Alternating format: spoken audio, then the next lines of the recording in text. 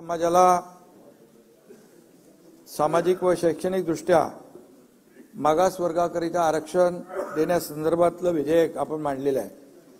त्याच्या चर्चेमध्ये अध्यक्ष महोदय, कालच छत्रपती शिवाजी महाराजांची जयंती संपूर्ण महाराष्ट्रात देशभरामध्ये आपण साजरी केली आणि त्यावेळेस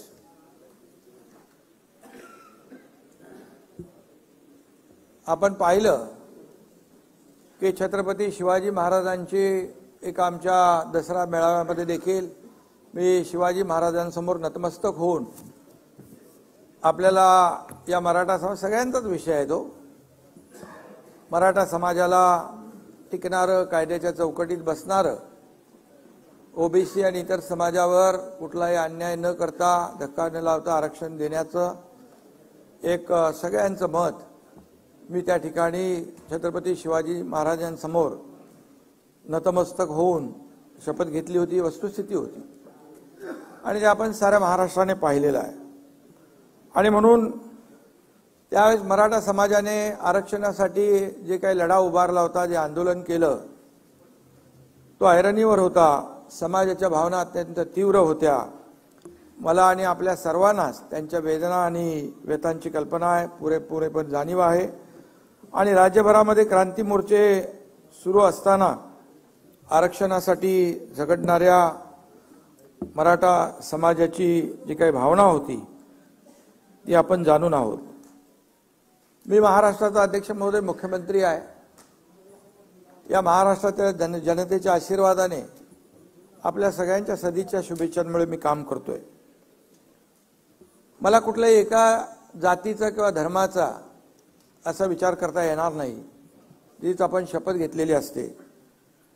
आणि मराठा समाजाचं आंदोलन जे सुरू होतं, मी त्यावेळेस एका कुठेतरी म्हणालो, या समाजाच्या सारखं इतर कुठल्याही समाजाचं जर आंदोलन आणि ते लढा सुरू असता तरी मी तीच भावना व्यक्त केली असती।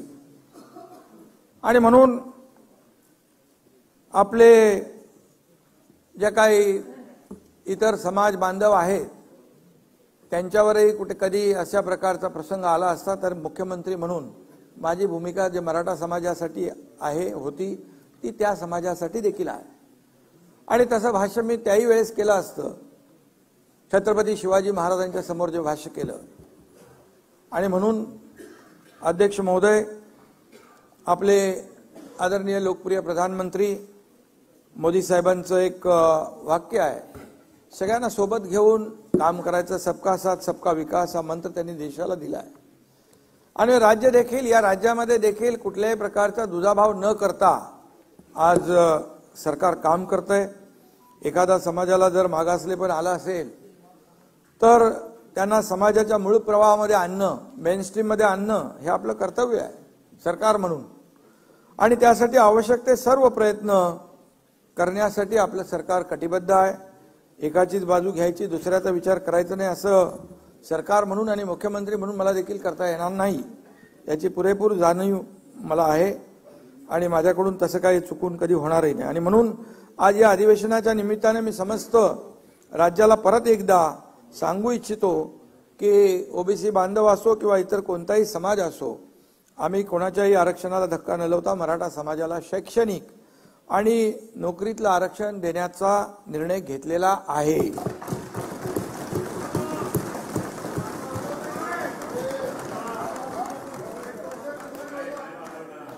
आणि सरकार म्हणून ती आमची जबाबदारी आहे।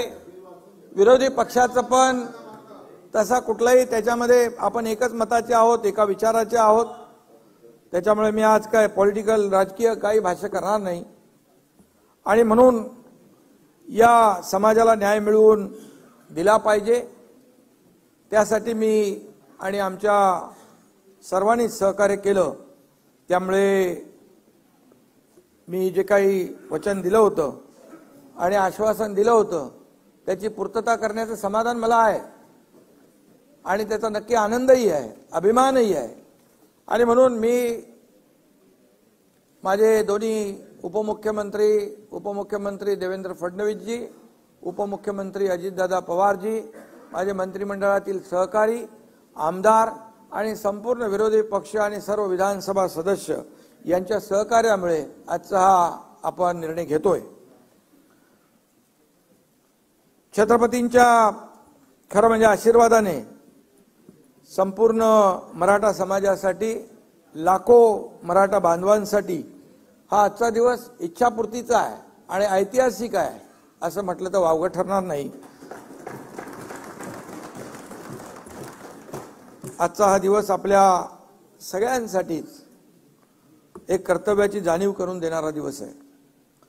महाराष्ट्र विधानमंडळ वास्तू अनेक, या वास्तूमध्ये अनेक ऐतिहासिक निर्णयांची अंमलबजावणी झालेली आहे। ही वास्तू अनेक ऐतिहासिक निर्णयांचा साक्षीदार आहे।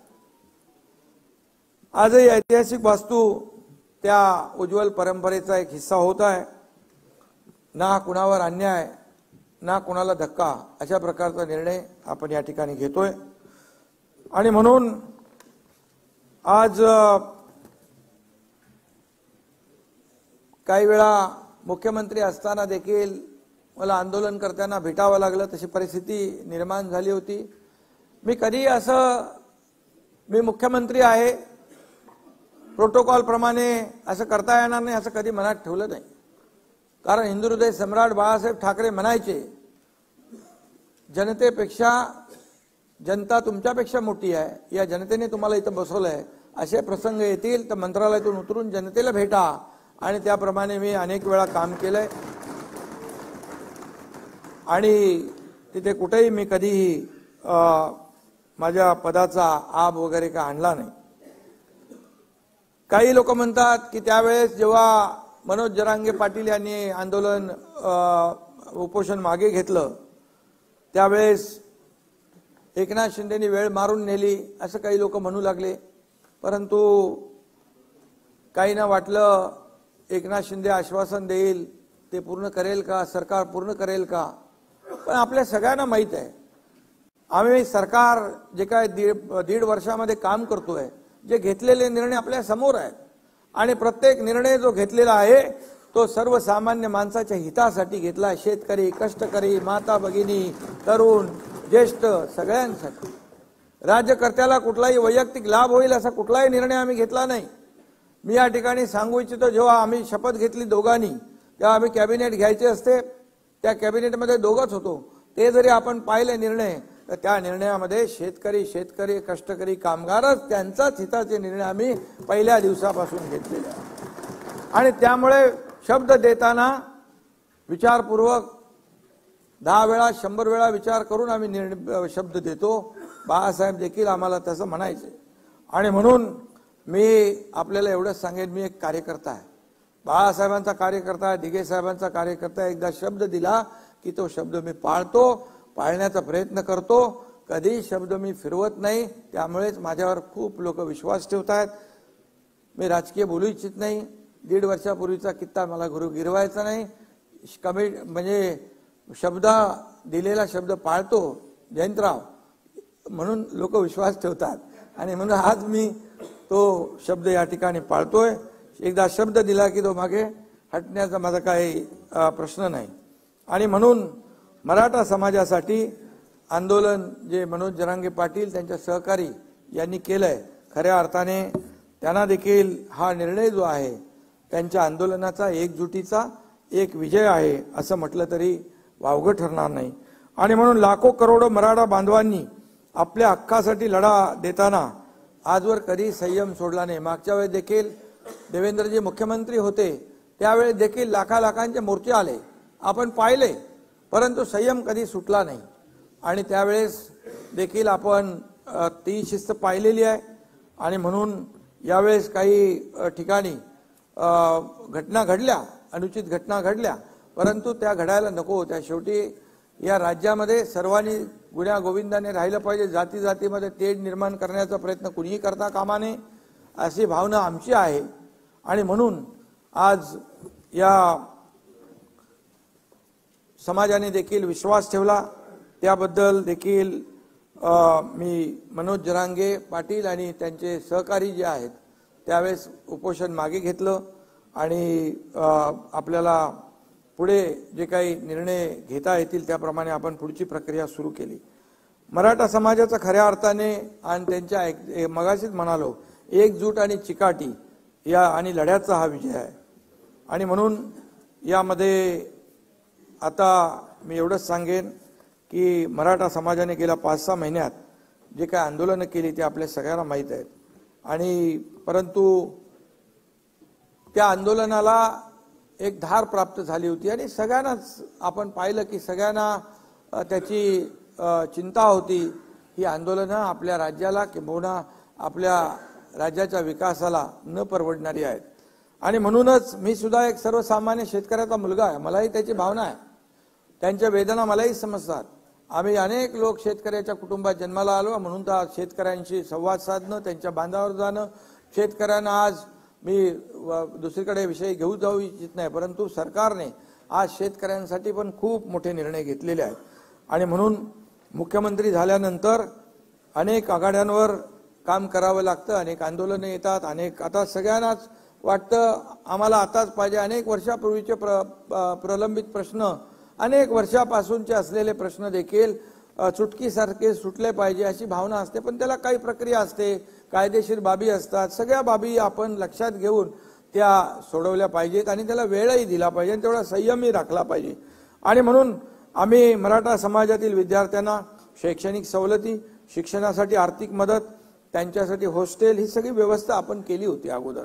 आणि त्याचबरोबर आपण हेही केलं की शैक्षणिक आणि आर्थिक आणि सामाजिक दृष्ट्याही मराठा समाज जेव्हा मागे जातोय त्यावेळेस आपण त्यांना मुलांना शिक्षणामध्ये देखील इतर ज्या काही बाबी आहेत, मग सारथी आहे, आपला अण्णासाहेब पाटील आर्थिक विकास महामंडळ आहे, चंद्रकांत दादा इकडे आहेत, त्यांची देखील उपसमितीमध्ये अनेक निर्णय त्यांनी घेतले।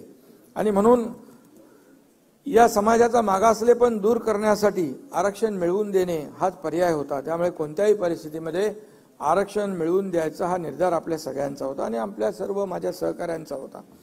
नागपूर येथे हिवाळी अधिवेशनात आपण दोन्ही सभागृहांच्या सर्व सदस्यांनी मराठा समाजाला आरक्षणाची कशी गरज आहे हे 3 दिवसाच्या चर्चेमध्ये आपण मांडलं। या सभागृहामध्ये चर्चा झाली, मोठी चर्चा झाली आणि विशेष म्हणजे सर्व सभागृहाची मराठा आरक्षणास मजबूत संमती मिळाल्याने फेब्रुवारी 2024 मध्ये विधिमंडळाचं विशेष अधिवेशन बोलवून या विषयावर कायमस्वरूपी तोडगा काढण्यात येईल अशा प्रकारचं आपण जाहीर भूमिका घेतली। त्यावेळी माझ्यावर काही आरोपही झाले। फेब्रुवारी महिन्यामध्ये लोकसभेची निवडणूक आहे, मग आचारसंहिता लागेल, मग काय होणार, मग कसं होणार, परंतु शेवटी हा सगळा विचार करूनच आपण तो निर्णय घेतला होता आणि म्हणून आज ते अधिवेशन होतंय। आणि म्हणून आजचा दिवस खऱ्या अर्थाने महत्त्वाचा आहे आणि आज तो दिवस आज आपल्या या मराठा समाजाला आरक्षण देण्यासाठी आपण मुकर्रर केला, त्याप्रमाणे आपण आज तो निर्णय घेतोय। माझ्यासह अध्यक्ष महोदय, देवेंद्रजी, अजितदादा आणि संपूर्ण मंत्रिमंडळ, मी मगाशी देखील म्हटलं 150 दिवस हे काय 1-2 दिवसामध्ये काम झालेलं नाही, त्याही पेक्षा जास्तीचे दिवस लागले। 150 दिवस अहोरात्र हे सगळं काम सुरू होतं।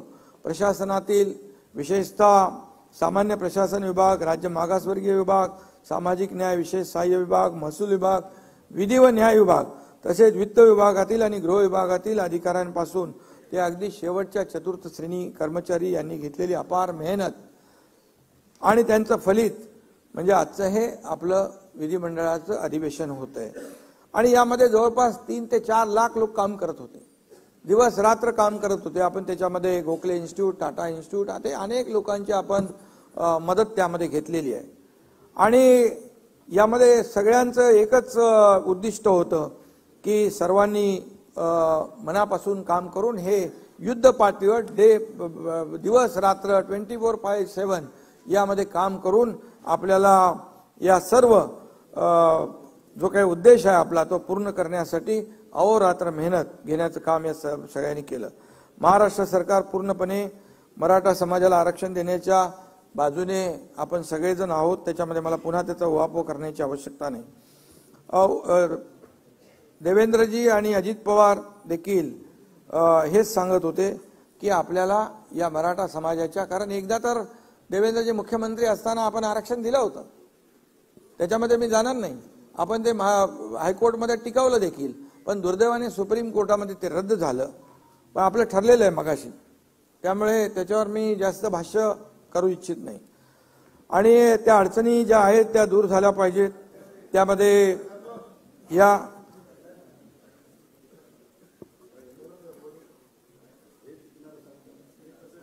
ठीक आणि म्हणून मागासवर्ग आयोगाची स्थापना करून मराठा आरक्षण त्यावेळेस मान्य झालं होतं, कोर्टात टिकलं होतं. सुप्रीम कोर्टात देखील आपण ज्या पद्धतीने थोडीशी मांडणी करायला पाहिजे होती, दुर्दैवाने ते आपल्याला झालं नाही.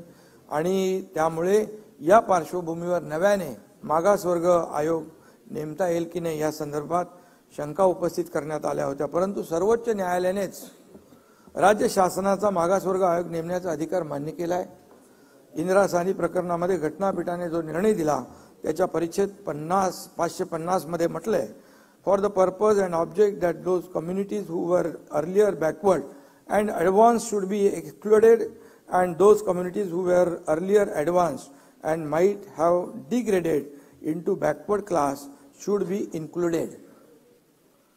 Thus, the state was fully entitled to appoint backward classes commission to collect relevant data and submit a report. हे आपल्याला कुठलंही असं बेकायदेशीर काम आपण करत नाहीये. पूर्णपणे कायदेशीर बाबी यामध्ये आपण पाहून या ठिकाणी आपण काम करतोय. त्यामुळे यासाठी आपण न्यायमूर्ती सुक्रे साहेबांच्या अध्यक्षतेखाली स्थापन केला मागासवर्ग आयोग.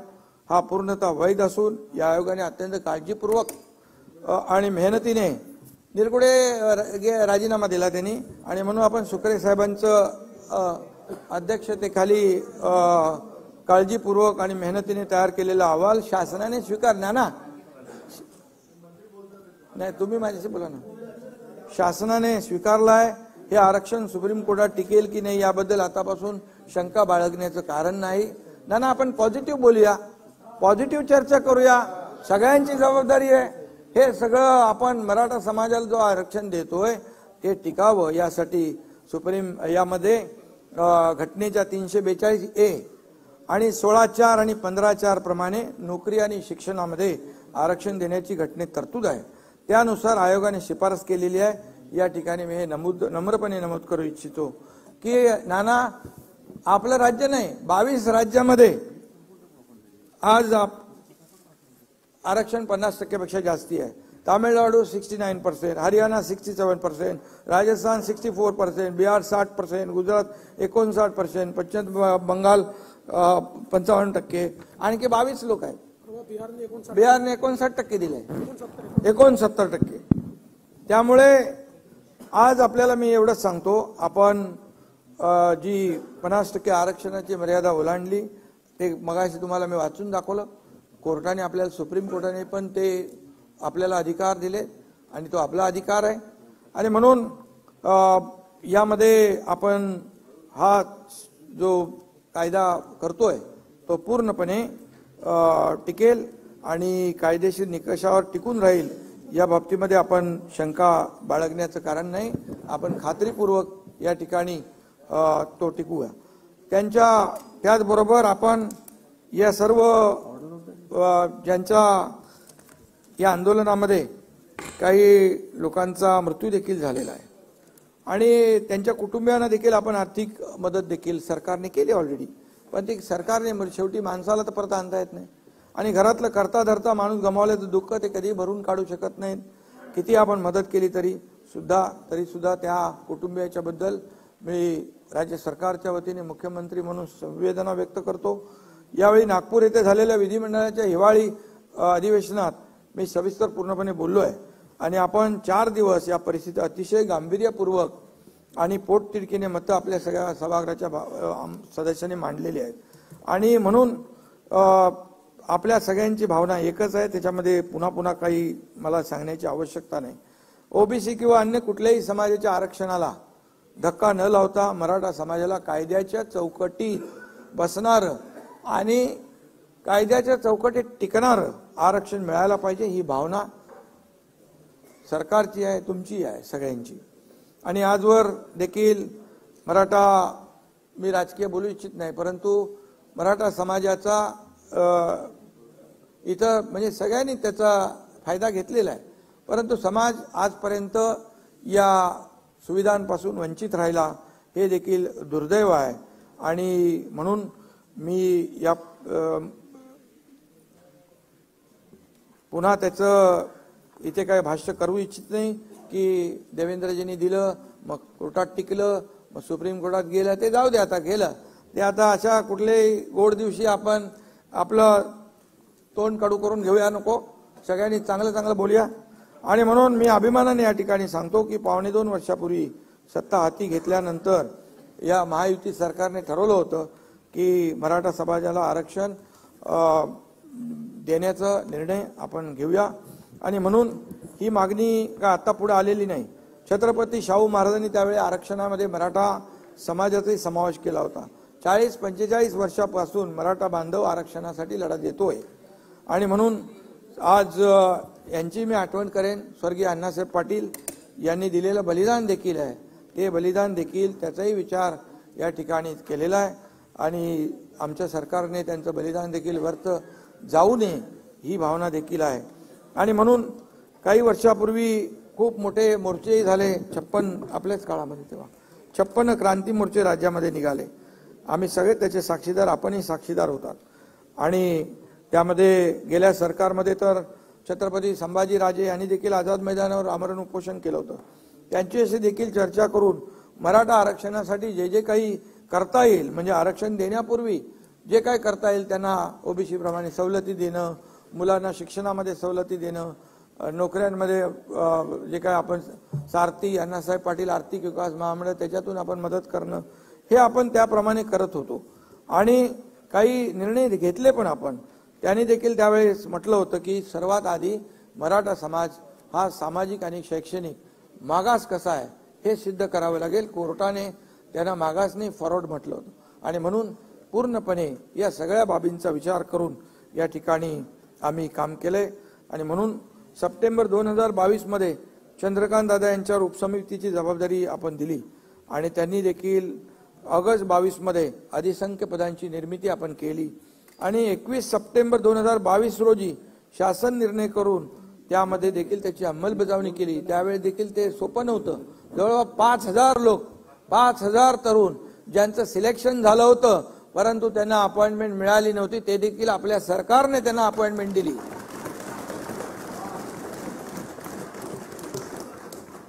सर्वोच्च न्यायालयाने मराठा आरक्षण रद्दबातल करताना जे निष्कर्ष नोंदवले होते त्यावर आम्ही पूर्णपणे लक्ष केंद्रित केलेलं आहे। आणि त्यासाठी भोसले आयोग आम्ही नेमला, भोसले आयोगाने, जस्टिस भोसले आयोगाने त्याच्यावर पूर्ण अभ्यास केला आणि ज्या काही त्रुटी आहेत त्या पूर्णपणे, त्याच्या ज्या काही ऑब्झर्वेशन नोंदलेल्या आहेत त्या सगळ्याची पूर्ण बारीक सारीक माहिती आपण घेतली। आणि त्यामुळे राज्य मागासवर्ग आयोगाचे गठन करून मराठा समाजाचे मागासलेपण सिद्ध करण्यासाठी फेर सर्वेक्षण करून एम्पिरिकल डेटा संकलित करण्याचा निर्णय आपण घेतला। खरं तर हे सगळं आता कोणी करायला पाहिजे होतं, काय कोणी केलं नाही याच्यात मी जात नाही, कारण आज आपला आचारसंहिता आपण घालून घेतली आहे। पत्राचं आहे ना, ते चालू आहे ना, पत्राचं उत्तर आहे। आणि म्हणून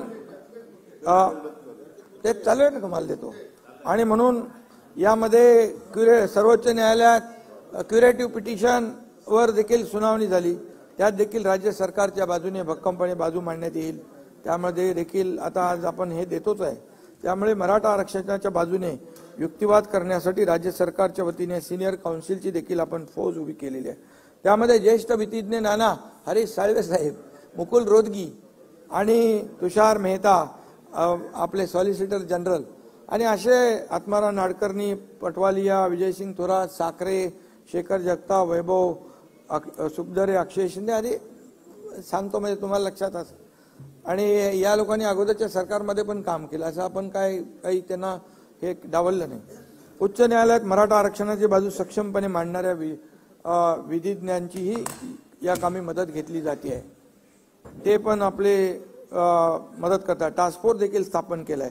उच्च न्यायालयाने सर्वोच्च न्यायालय आणि इतर न्यायालयीन पातळीवरही मराठा समाजाचे आरक्षण कसं टिकून राहील याबाबत शासन आणि आयोगात समन्वय राखण्यासाठी निवृत्त न्यायाधीश दिलीप भोसले यांच्या अध्यक्षतेखाली समिती नेमली आहे। या समितीमध्ये निवृत्त न्यायाधीश मारुती गायकवाड, न्यायमूर्ती संदीप शिंदे यांचे सल्लागार म्हणून नियुक्ती केली आणि त्यांच्याशी देखील सातत्याने संवाद या ठिकाणी सुरू आहे। मराठा समाजाच्या आरक्षणाच्या मागणीवर चर्चा करण्यासाठी तसेच मराठा आरक्षण व सुविधा मंत्रिमंडळ उपसमिती, मुख्य सचिव तसेच मान्य मुख्य न्यायमूर्ती श्री दिलीप भोसले यांच्या अध्यक्षतेखाली सल्लागार मंडळाच्या एकूण 50 बैठका झाल्या आणि दरम्यान मराठा समाजाचे सामाजिक व शैक्षणिक मागासलेपण तपासणी करण्यासाठी 13 नोव्हेंबर 2023 रोजी राज्य मागासवर्ग आयोगाला टर्म्स ऑफ रेफरन्स निश्चित करून देण्यात आले। राज्य मागासवर्ग आयोगास तातडीने 367 कोटी रुपये उपलब्ध करून देण्यात आले। आयोगाच्या पुण्यातील कार्यालयात देखील वाढीव जागा पाहिजे होती, ती दिली। आवश्यक ती सगळी साधन सामग्री संसाधनं त्याला उपलब्ध करून दिली। नमुना सर्वेक्षण न करता सर्वोच्च म्हणजे सॅम्पल सर्वे न करता सर्वोच्च न्यायालयाने जे काही इम्पिरिकल डेटा गोळा करण्याचं जे काही त्याच्यामध्ये त्रुटीमध्ये आलं होतं ते मोठं शिवधनुष्य उचलायचं होतं आणि त्यामुळे सर्वेक्षण अचूक आणि निष्पक्षपणे वैज्ञानिक प्रोफेशनल पद्धतीने होणं गरजेचं होतं। त्यासाठी Gokhale institute of politics and economics Pune, IIPS यासारख्या नामांकित संस्थांची मदत देखील घेण्यात आली। विजयराव त्यांनी यासाठी स्वतंत्र संगणक प्रणाली विकसित केली, प्रश्नावली तयार करण्यात आली, सर्व महसूल यंत्रणा यासाठी तयार ठेवण्यात आली। सर्व जिल्हाधिकारी, पालिका आयुक्त यांना नोडल अधिकारी म्हणून नेमलं गेलं। त्यांच्या वारंवार बैठका घेतल्या, VC घेतल्या। जवळपास 3 ते 3.5 लाख प्रगणक नेमण्यात आले। त्यांचं मास्टर ट्रेनिंग झालं।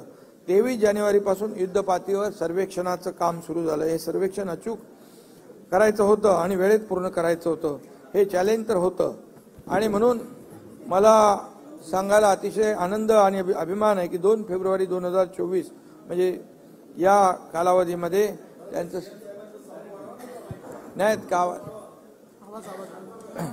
आवाज येत नाही? ए कोण बसले बाबा तिकडे?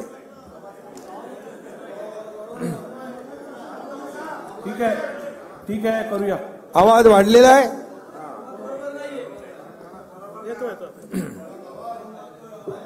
इयरफोन वापरा, इयरफोन। ठीक आहे, हेडफोन वापरा। मी सगळ्या ज्या काही तांत्रिक अडचणी सुरुवातीच्या तक्रारी त्यामध्ये दूर केल्या। या सभागृहाच्या माध्यमातून राज्य मागासवर्ग आयोगाचे अध्यक्ष निवृत्त न्यायमूर्ती सुनील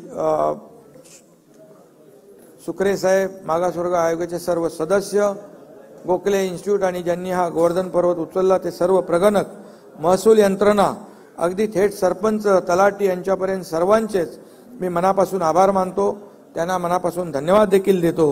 हे काम निश्चितच जबाबदारीचं आणि आव्हानात्मक होतं।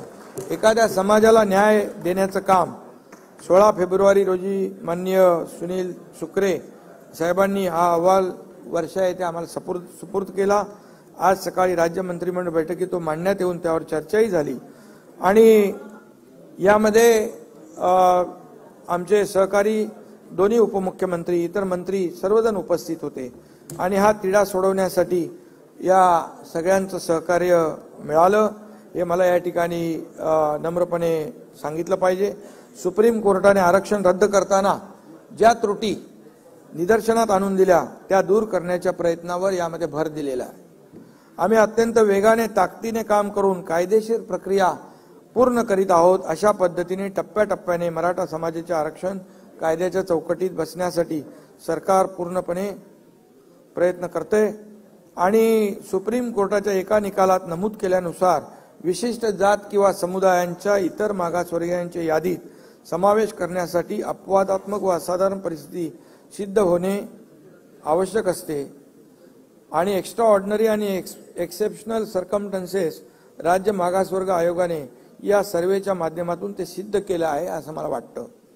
मराठा समाजाला टिकणारं आणि कायद्याच्या चौकटीत बसणारं आरक्षण मिळवून देण्यासाठी शासनाने मोठं पाऊल उचललं आहे। आता ते टिकून राहावं म्हणून राज्य सरकार आपली सर्व ताकद पणाला लावणार आहे, आपल्याला विरोधी पक्षाला सोबत घेऊन। आणि म्हणून माझं एकच म्हणणं आहे, आपल्या शांतताप्रिय महाराष्ट्रात कोणत्याही निमित्ताने समाजात वितुष्ट येता कामा नये. चर्चेतून योग्य तो मार्ग निघाला पाहिजे अशा प्रकारचं मी आवाहन आपल्या सगळ्यांना करतो. आणि या राज्यातील सर्व समाज बांधव यांना देखील मी करतो. प्रत्येक समाज घटकाला त्या राज्याच्या प्रगतीत त्याचा योग्य वाटा मिळाला पाहिजे अशी आपल्या सरकारची धारणा आहे. आणि यामध्ये कुणबी दाखल्यांच्या संदर्भात देखील आपण मुद्दा उपस्थित केला. त्यामध्ये जस्टिस शिंदे त्यांच्या अध्यक्षतेखाली आम्ही समिती नेमली. त्याचं काम सुरू आहे. मराठवाड्यातील मराठा कुणबी मराठा जात प्रमाणपत्र देण्याची कार्यपद्धती देखील निश्चित केलेली आहे. आणि ते आणखी काही पुरावे आहेत, त्याच्यात मी डिटेलमध्ये आता जात नाही. त्याच्यामध्ये ते दिले ना आपण. आणि यामध्ये आपल्याला हो सगळे वेबसाईटला टाकलेत नावं. आणि त्यामध्ये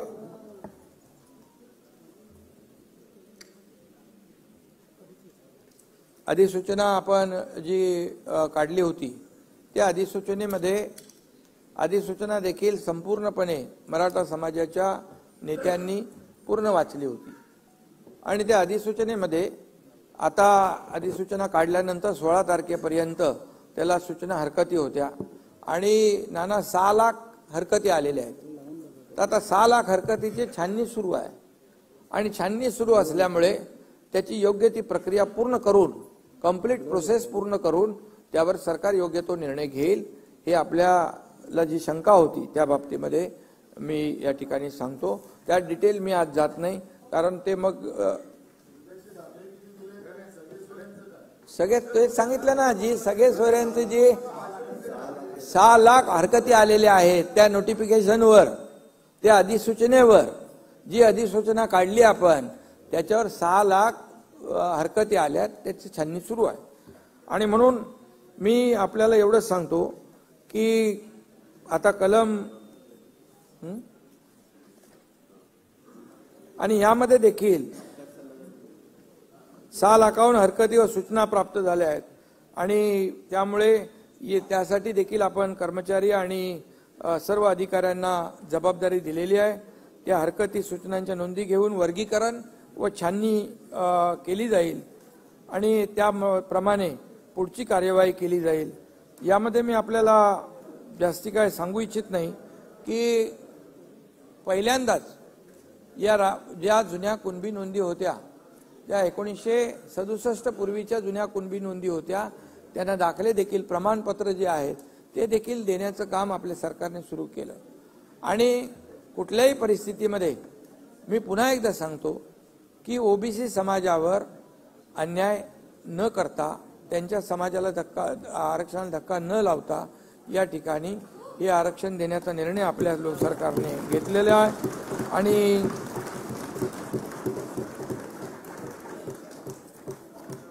आणि मी डिटेलमध्ये आता त्याच्यामध्ये जाऊ इच्छित नाही. जो कायदाच आहे 2000चा कायदा, त्याचे 2012ला रूल्स झाले, नोटिफिकेशन पण आपण काढले, त्याच्या आधारावर केलं. या कायद्यामध्ये याच्यामध्ये नियमामध्ये सुटसुटीतपणा स्पष्टता आणण्यासाठी आपण ते केलंय. तुम्ही ते पूर्ण नीट वाचून बघा. त्या वाचून बघितल्यानंतर तुम्हाला ते कळेल की ते नोटिफिकेशन काय आहे. आणि त्या नोटिफिकेशनवर पूर्णपणे आज 6 लाख आक्षेप आलेले आहेत आणि त्यामुळे त्याच्यावर पूर्ण छाननी केली जाईल.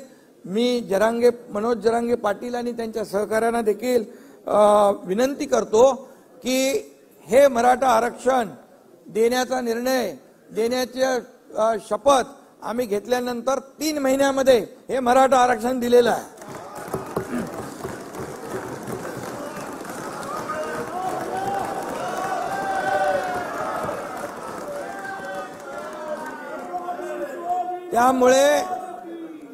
त्यामुळे मी जे आज ज्यांच्या मनामध्ये गैरसमज आहे तो बिलकुल दूर करा. हे आरक्षण टिकण्यासाठी ज्या बाबींवर सर्वेक्षण व्हायला पाहिजे त्या डिटेलमध्ये मी जात नाही. भूधारक, लँडलेस, त्याचं कच्चं घर, आत्महत्या केलेले आहेत, ऊसतोड कर्मचारी आहे, मोलमजुरी करणारी आपली भगिनी आहे, डबेवाले आहेत, किती सगळ्या माथाडी आहेत, सगळे त्याच्यामध्ये आलेले आहेत.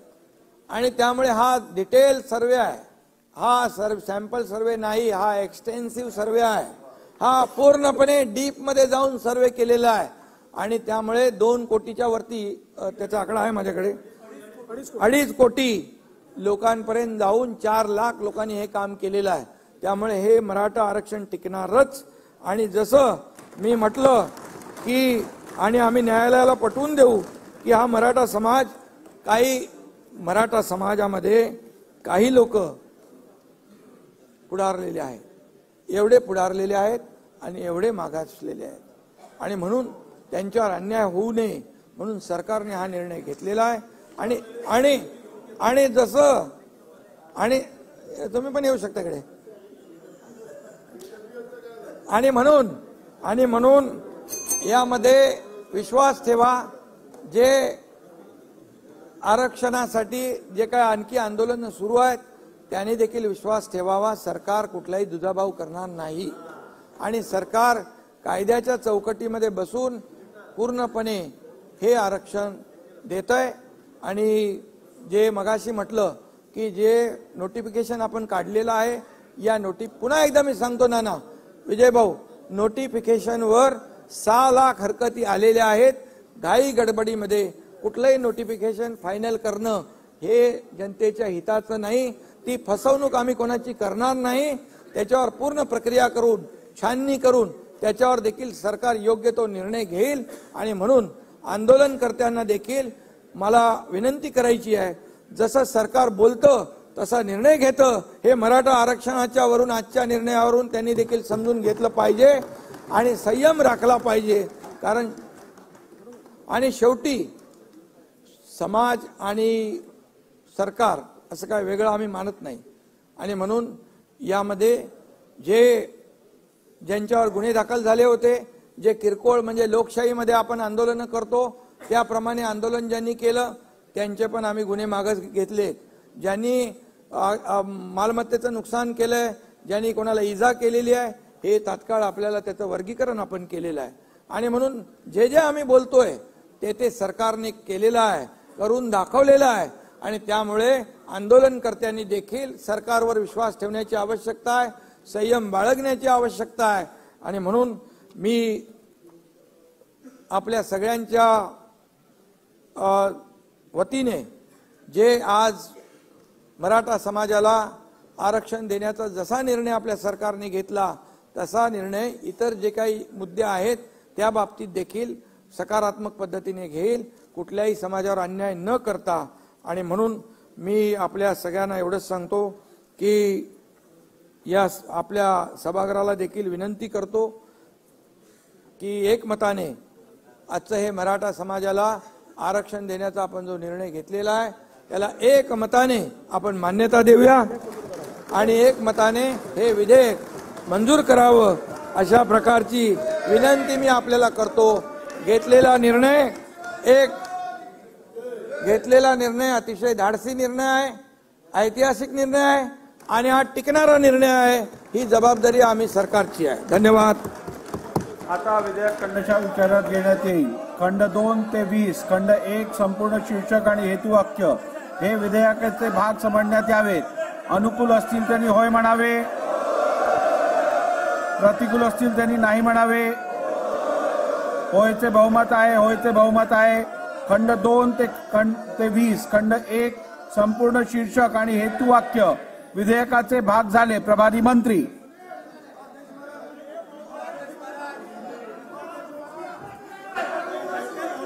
अध्यक्ष महोदय 2004 चे विधानसभा विधेयक क्रमांक 1 महाराष्ट्र राज्यातील सामाजिक व शैक्षणिक दृष्ट्या मागास वर्गाकरिता आरक्षण विधेयक 2024 संमत करावे असे मी आपल्या अनुमतीने प्रस्ताव मांडतो. प्रस्ताव असा आहे की